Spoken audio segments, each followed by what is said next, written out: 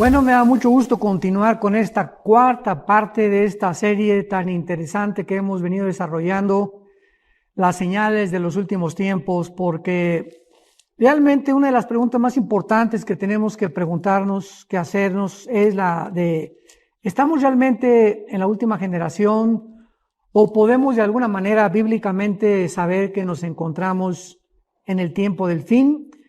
No cabe duda que nos encontramos en tiempos bastante difíciles en cuanto a cambios. Estamos siendo testigos de cambios drásticos del clima, de la política, principalmente de la economía, los valores morales y éticos, espirituales, sociales, religiosos y culturales. Y todos estos cambios y estaciones nos recuerdan una profecía que encontramos en el Antiguo Testamento, en el libro de Joel, capítulo 3.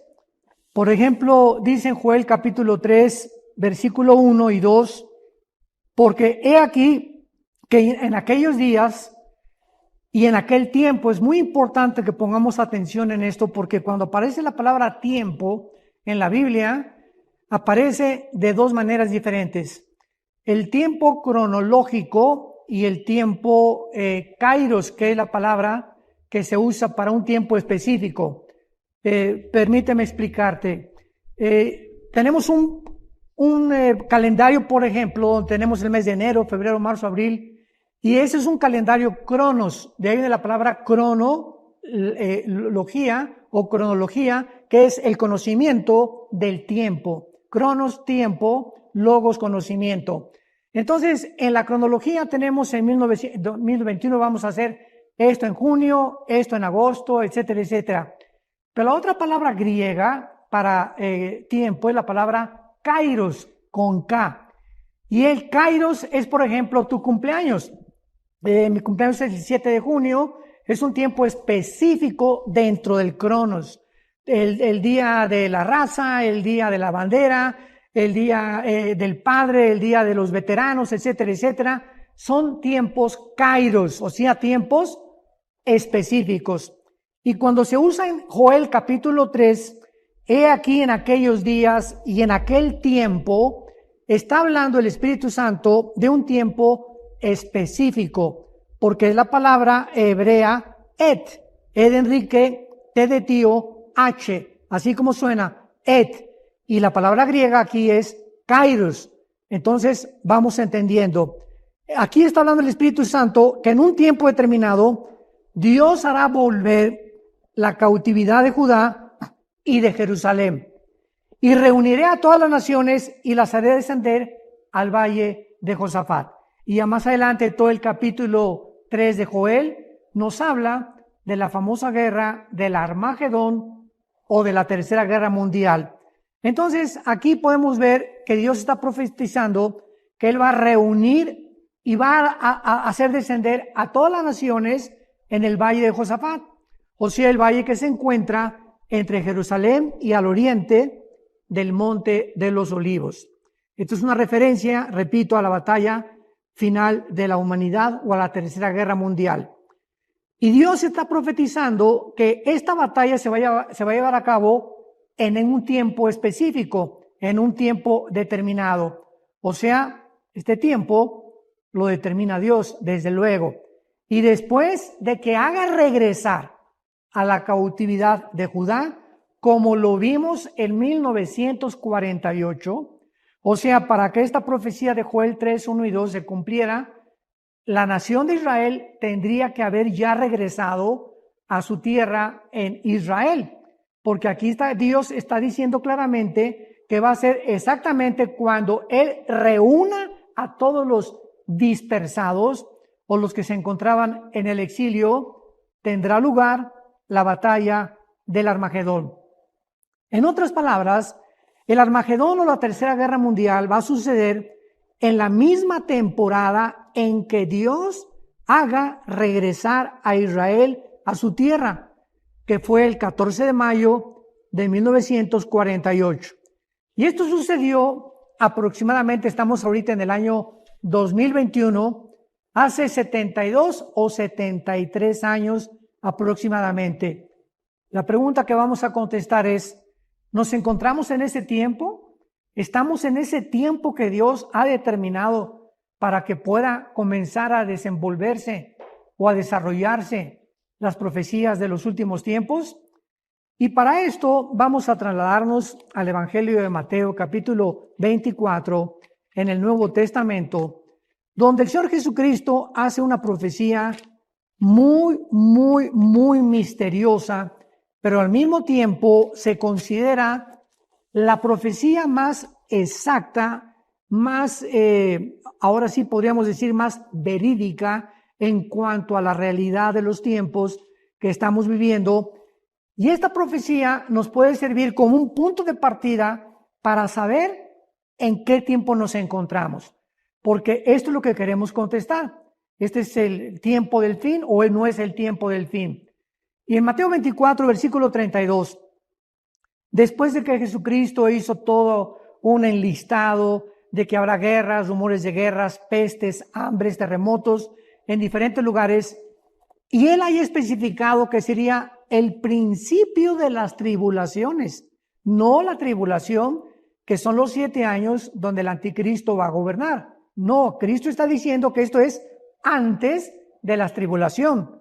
Entonces Jesucristo, más adelante, en el versículo 32, cuando acaba el enlistado de las señales que acaba de mencionar, hace una profecía usando una parábola de la nación de Israel, para que ya pudiéramos nosotros, los que nos encontramos en estos tiempos, saber exactamente a qué se refería Jesucristo.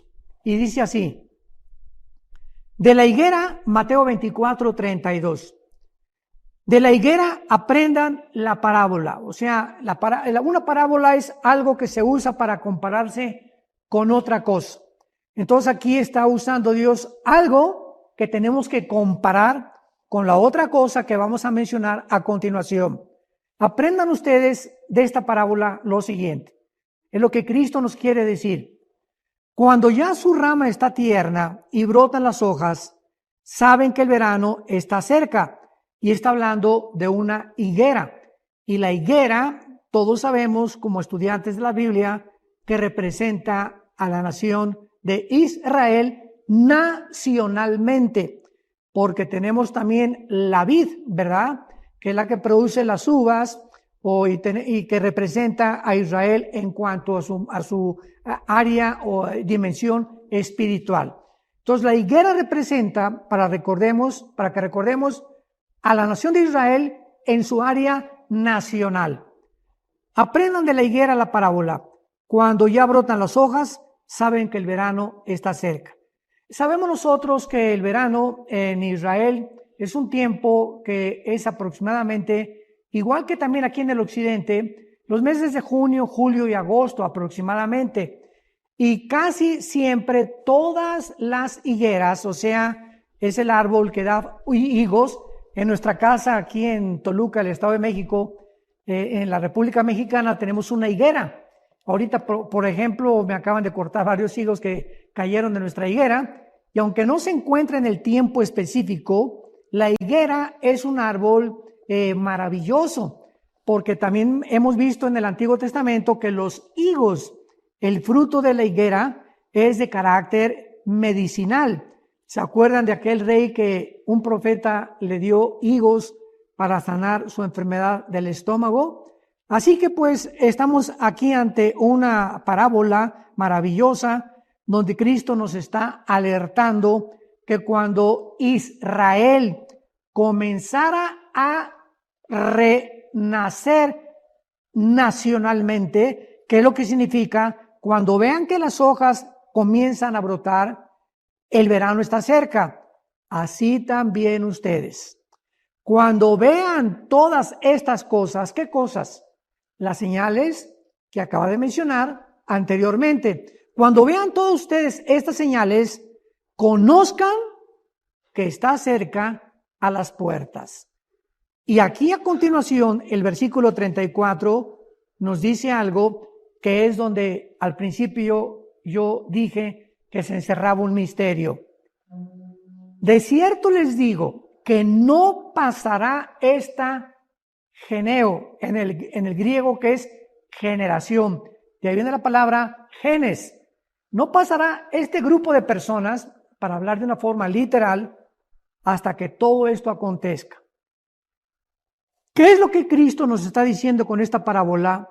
Que el 14 de mayo de 1948, ante los ojos expectantes del mundo entero, ante la mirada inaudita, incrédula de la mayor parte de los ateos, antropólogos, etcétera, etcétera, vimos que una nación como Israel, de lo cual vamos a hablar en la próxima conferencia, que fue esparcida casi 2000 años, desde el año 70 después de Cristo, se reunió en un solo día, el 14 de mayo, para constituirse como un Estado libre, soberano e independiente.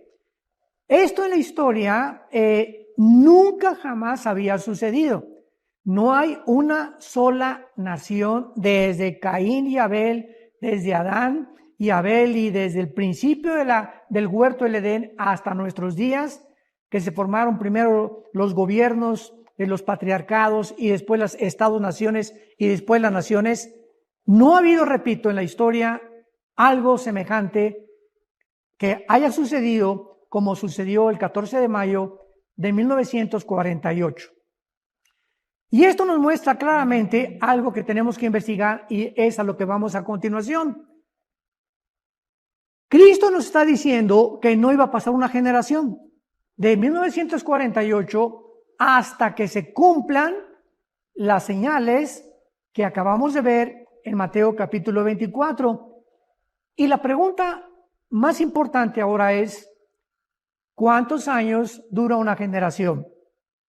Porque las generaciones en el Antiguo Testamento han variado de diferente forma. Por ejemplo, en Génesis capítulo 15, Dios le dijo a Abraham que iban a estar una generación en Egipto. Y ahí es una generación 100 años. Y sabemos también, ¿verdad?, que antiguamente el hombre vivía más tiempo que en la época en que estamos viviendo.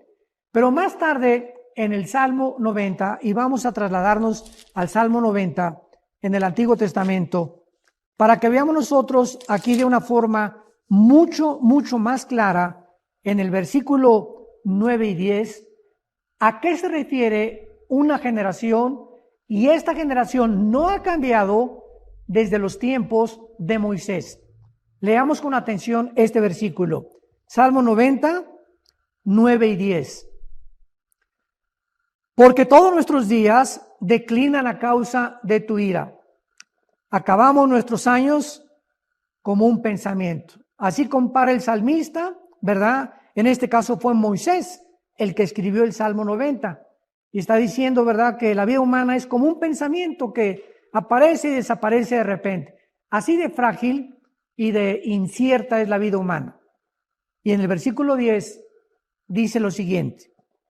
Los días de nuestra edad son 70 años y en los más robustos son 80 años. Con todo su fortaleza, molestia y trabajo, pronto pasan y volamos. Considerando que una generación, o tomando en cuenta que son 80 años aproximadamente una generación, podríamos hacer el cálculo que de 1948, esto es muy importante, de 1948 le sumamos 80 años, ¿a qué año podemos nosotros llegar? Al año 2028. ¿En qué año nos encontramos actualmente? En el año 2021. Y aquí quiero adelantarme, no estamos poniendo ninguna fecha. Como dice la Biblia, el día y la hora nadie la sabe, pero Jesucristo nos advirtió en Mateo capítulo 16, hablándole a los tercos e incrédulos fariseos, que por qué no podían ellos calcular las estaciones, porque si vemos el cielo cuando está lleno de nubes negras y sabemos que va a llover. No sabemos que 1 minuto, 2 minutos, pero el hecho que esté aborrascado el cielo nos habla claramente de que va a llover. Y Cristo regañó a los fariseos y les dijo, ¿cómo pueden ustedes entonces ver tantas señales y no haber entendido el tiempo de mi venida, de la primera venida de Jesús?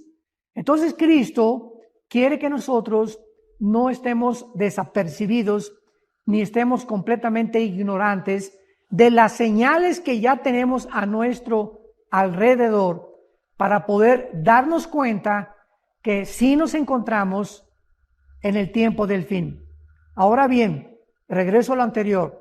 Si del 48 al 2028 son 80 años, vamos a quitarle 7 años de la tribulación. Sería el año 2022. Si esta generación de 80 años que dijo Jesucristo se cumple en el 2028, o sea, en el 2028 sería su segunda venida. ¿En qué día, en qué mes? No sabemos. Pero si comienza el 2022, en 1 año y medio o 2 años, el inicio de la tribulación, damas y caballeros, santos de Dios, nos encontramos mucho más cerca del fin de lo que ni siquiera nos podríamos imaginar. Y veamos nosotros a continuación algunos ejemplos también para que nos demos cuenta que, por ejemplo, en 1959, el promedio de vida era de 69.9 años. En el 2016, el promedio de vida era de 78.9 años y actualmente en el 2020, el promedio de vida ha alcanzado a los 85 años de una forma general. Claro que hay personas, ¿verdad?, que el doctor Billy Graham llegó a casi a los 100 años, el expresidente Jimmy Carter tiene ahorita 92, 93 años de edad, el presidente que acaban de elegir en Estados Unidos, Joe Biden, va a cumplir 80 años el año que entra. Entonces vemos que hay gente que haya alcanzado los 80, 85, 90 años en nuestra generación. Entonces hay una cosa que es muy importante, porque si estos cálculos matemáticos que acabamos de hacer son verdaderamente verídicos y estamos mucho más cerca del tiempo que nos imaginamos, veamos entonces algunos otros pasajes de la Biblia para que podamos mantenernos con las antenas levantadas, para que podamos continuar corroborando y certificando que esta profecía de la parábola de Jesús es realmente la señal final y la más grande que Cristo nos dio para poder evaluar el tiempo en que nos encontramos. Por ejemplo, Lucas capítulo 21, dice la Biblia en el versículo 36, velad pues en todo tiempo, y fíjense lo que dice Cristo, orando para que sean tenidos por dignos de escapar. ¿De escapar de qué? Pues de la tribulación. O sea, si nos encontramos en un tiempo crítico en la historia de la iglesia, ¿qué es nuestra responsabilidad? Orar. Si tú orabas, no sé, el mes pasado 20 minutos, 30 minutos, vas a tener que aumentar tu vida de oración. Vas a tener que aumentar tu tiempo pasando en las Escrituras. Porque cuando el Espíritu Santo ve que nosotros, la familia de Dios, le dedicamos más tiempo a la Biblia, a la oración, a estar en comunión con Dios, vamos a tener mucha revelación y entendimiento de lo que se escribió hace casi 2000 años. Entonces, Cristo está diciendo, velen en todo tiempo para que seamos tenidos por dignos. O sea, los que se vayan en el arrebatamiento van a ser los cristianos, ¿qué cosa? Que fueron tenidos por dignos.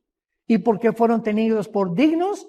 Simplemente porque demostraron que realmente ellos eran hijos e hijas de Dios. ¿Cómo lo demostraron?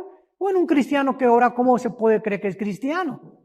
Un cristiano que no lee la Biblia, ¿cómo se puede creer que es cristiano?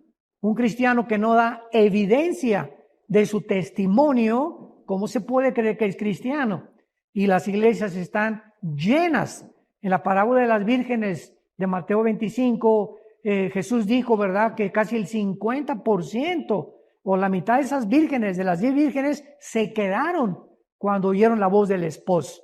Y así nos damos cuenta que tal vez si Cristo estaba usando esto como una cosa para poder medir la condición de la iglesia, podríamos decir que el 50% de las personas que van o asisten a una iglesia cristiana no son salvos, son cristianos profesantes. Van y entran y cantan y se levantan, algunos diezman, etcétera, etcétera. Pero dice Jesucristo, me dirán en aquel día, Señor, Señor, hasta hablamos lenguas, hicimos milagros.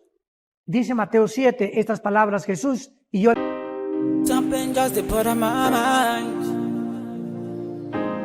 Something just to put on my mind. My mind. Yeah, yeah, yeah, yeah. Yeah. Something just to put on my mind. Anytime I see you, you are always on my mind. But no time to talk to you. I've been thinking all night, all day, just to get attention, just to drive your attention away from my mind, just to talk to you right. You the part of my mind, you the drive me so fly.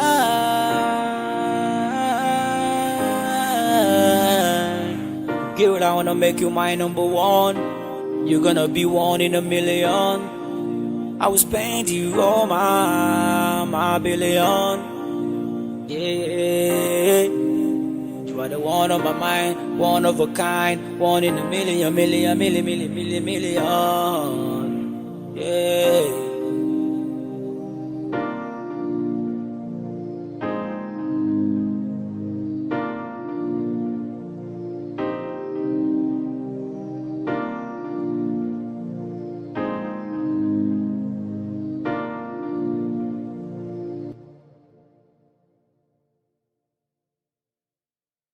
Les contestaré, ¿por qué me llamáis Señor, Señor, si nunca hicieron mi voluntad?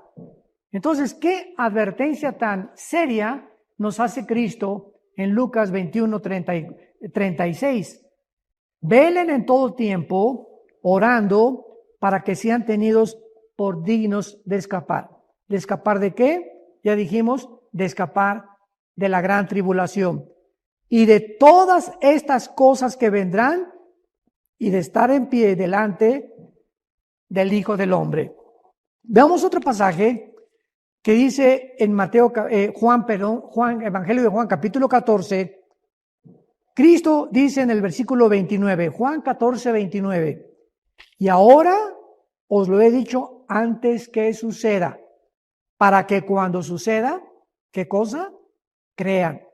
Ahora, si con todas estas señales que estamos viendo a nuestro alrededor, hay personas que insisten en no creer, es porque ya no es por falta de evidencias. Ya realmente estas personas han decidido en su corazón no creer.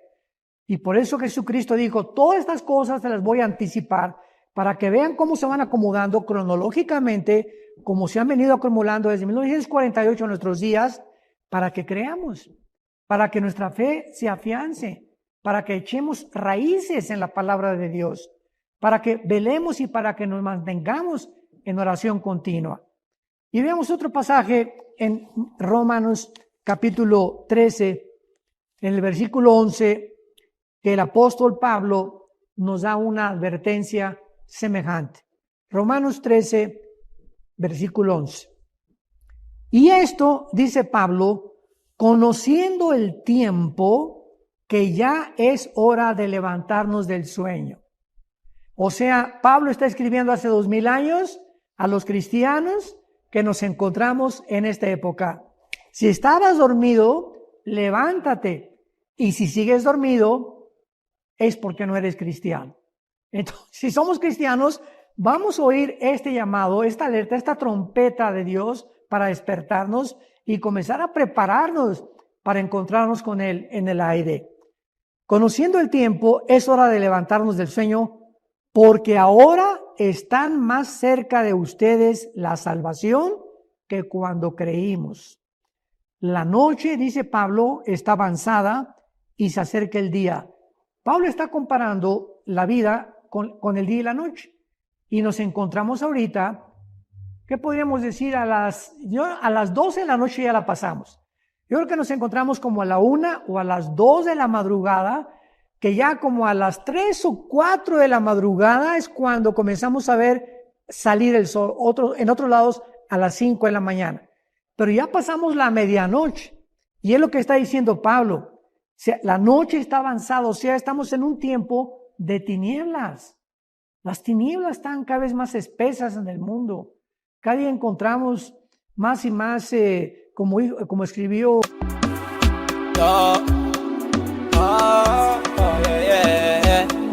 Yeah, on a slow move, just take it low. 1, 2, 3, go. Sure you wanna go down, put me on key on the slow mode. Yeah, make you slow down, give me that vibe on the low down. I like the way you roll it, I like the way you rotate. Just call me the bartender, give me some wine, Bacardi Rosé. I wanna pop to shy, yeah. I wanna live my life, get to shine, yeah. Don't it lucky, don't it shocky. Give me the fire, give me on key.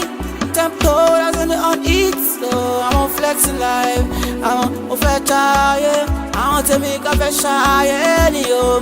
Over try, yeah. I want to make a fresh shine, yo. Tonight, no time for darling. Put me in the club, no time for stopping.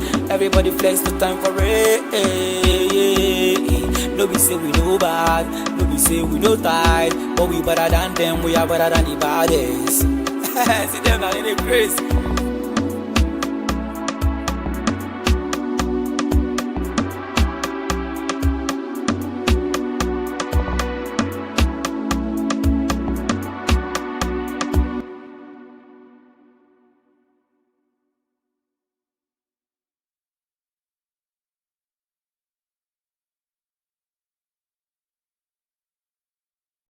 El rey David en el Salmo 23, aunque ande en valle de sombras y de muerte.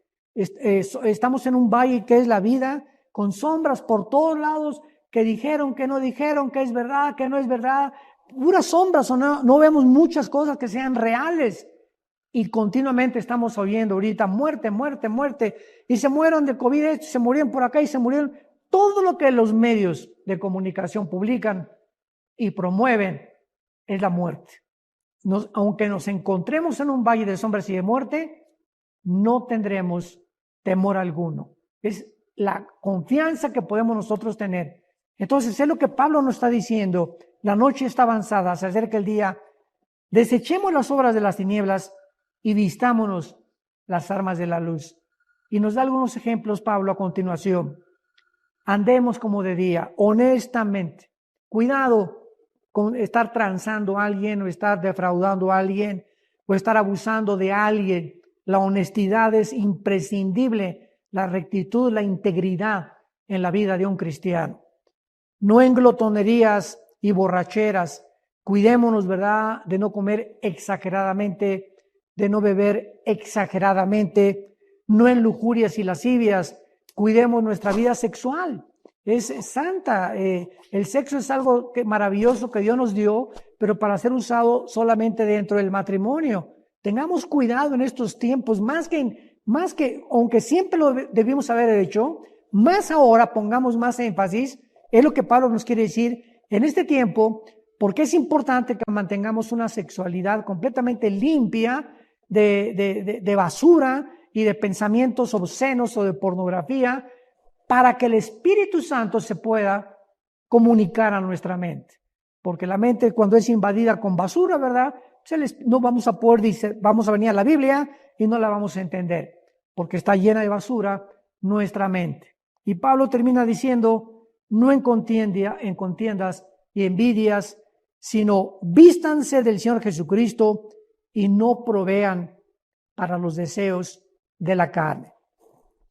Y en último lugar, en la primera carta a los tesalonicenses, el apóstol Pablo continúa exhortando a los cristianos para que sepamos que vamos a escapar la gran tribulación. Y dice el versículo 3, cuando digan paz y seguridad, primera de Tesalonicenses 5, del 3 en adelante. Cuando digan paz y seguridad, entonces vendrá sobre ellos destrucción repentina. Ahora que eligieron hace 2 días, ahorita estamos en el día 22 o 23 más o menos de enero del año 2021.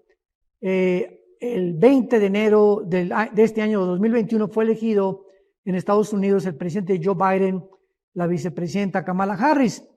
Y una de las cosas que me sorprendió después de la toma de posesión fue que en la noche hicieron una gran fiesta los artistas de Hollywood. Y pues a muchos los entrevistaban y unos decían, pues qué bueno, porque ahora hemos llegado a un...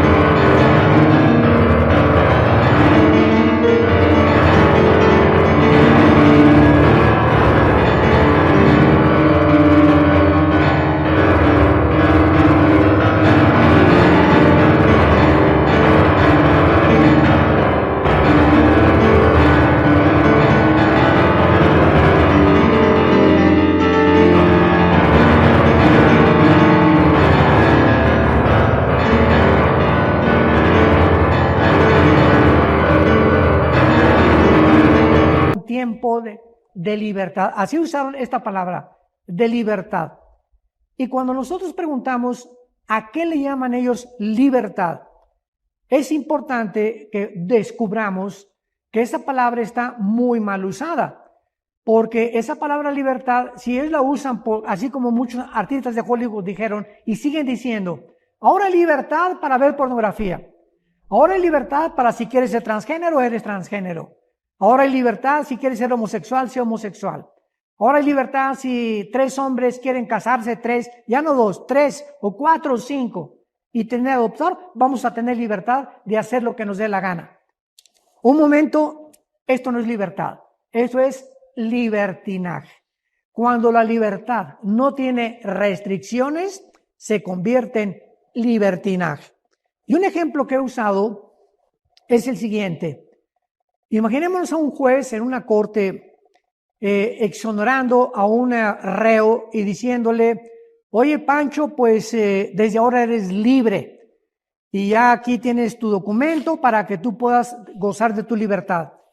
Y imaginemos a este preso diciendo, cuando recibe su papeleta de libertad, hurra, voy a hacer ahora lo que me dé la gana. Y entonces el juez le va a tener que hablar y decirle, Pancho, quiero que entiendas algo muy importante.